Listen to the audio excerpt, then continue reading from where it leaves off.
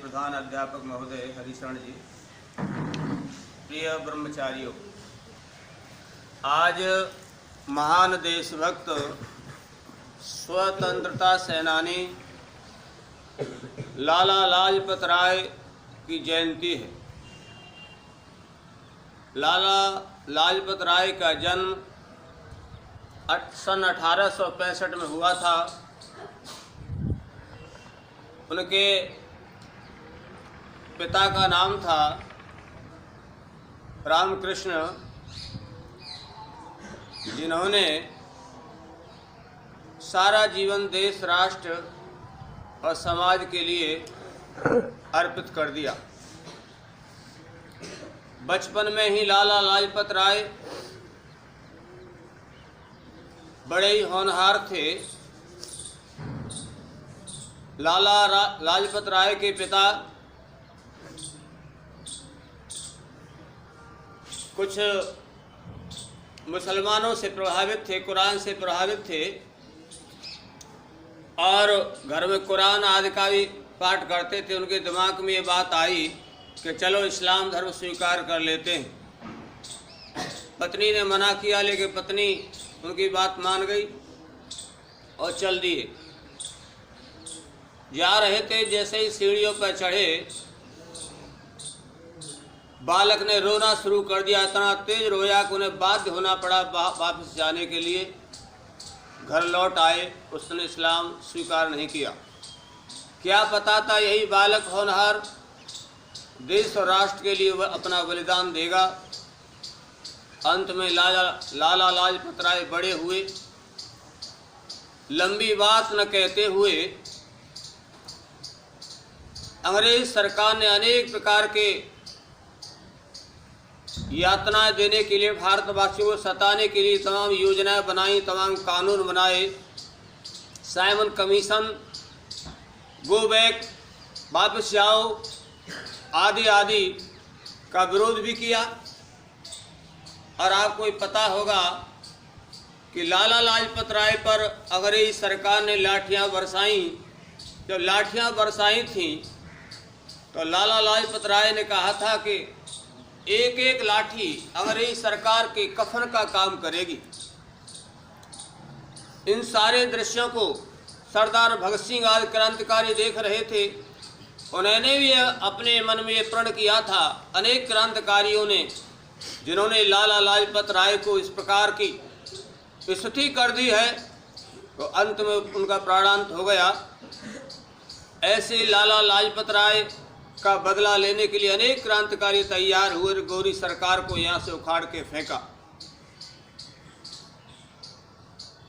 दुर्भाग्य ही है कि ऐसे कृतघ्न लोग हैं सरकार में और सरकार से बाहर भी, जो लाला लाजपत राय स्पष्ट कहा करते थे, आर्य समाज मेरी माँ है और ऋषि दयानंद मेरे धर्म के पिता, जिन्होंने बोलना चलना और राष्ट्रीय स्वतंत्रता का पाठ ऋषि दयानंद ने हमें सिखाया। और कितने ही क्रांतिकारियों ने, चाहे श्याम जी कृष्ण वर्मा हो, चाहे राम प्रसाद बिस्मिल हो, हम उनका नाम तो लेते हैं, जिसकी कृपा से, जिनके बल त्याग तप के द्वारा ये क्रांतिकारी पैदा हुए, उनका नाम नहीं लेते।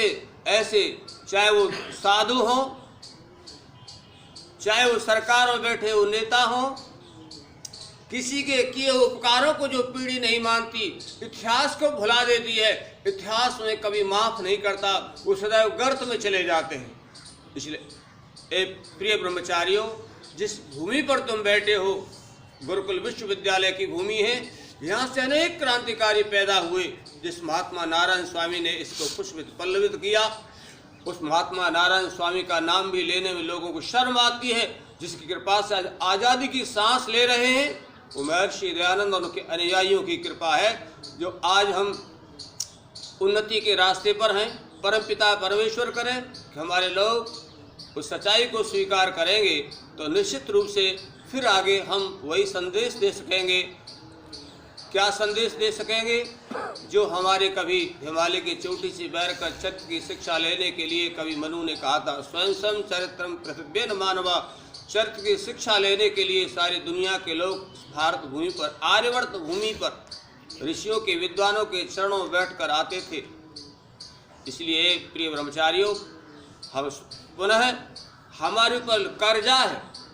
कर्जा चाहे बैंक का हो, चाहे माता पिता का हो, औरों के एहसान हो, अगर हमने कर्ज नहीं चुकाया तो हमें पाप भोगना ही पड़ेगा। इसलिए इन क्रांतिकारियों का, बहादुर वीरों का, लाला लाजपत राय का हमारे ऊपर ऋण है। वो ऋण कैसे चुकेगा?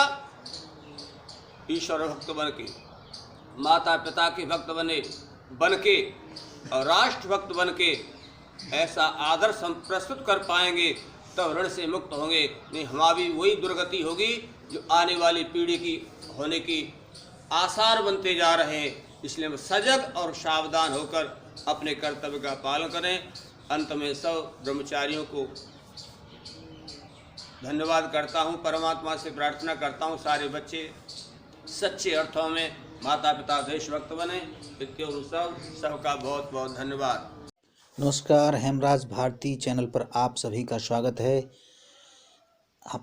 यदि आपने अभी तक हमारे चैनल को सब्सक्राइब न किया हो तो प्लीज़ हमारे चैनल को सब्सक्राइब करें।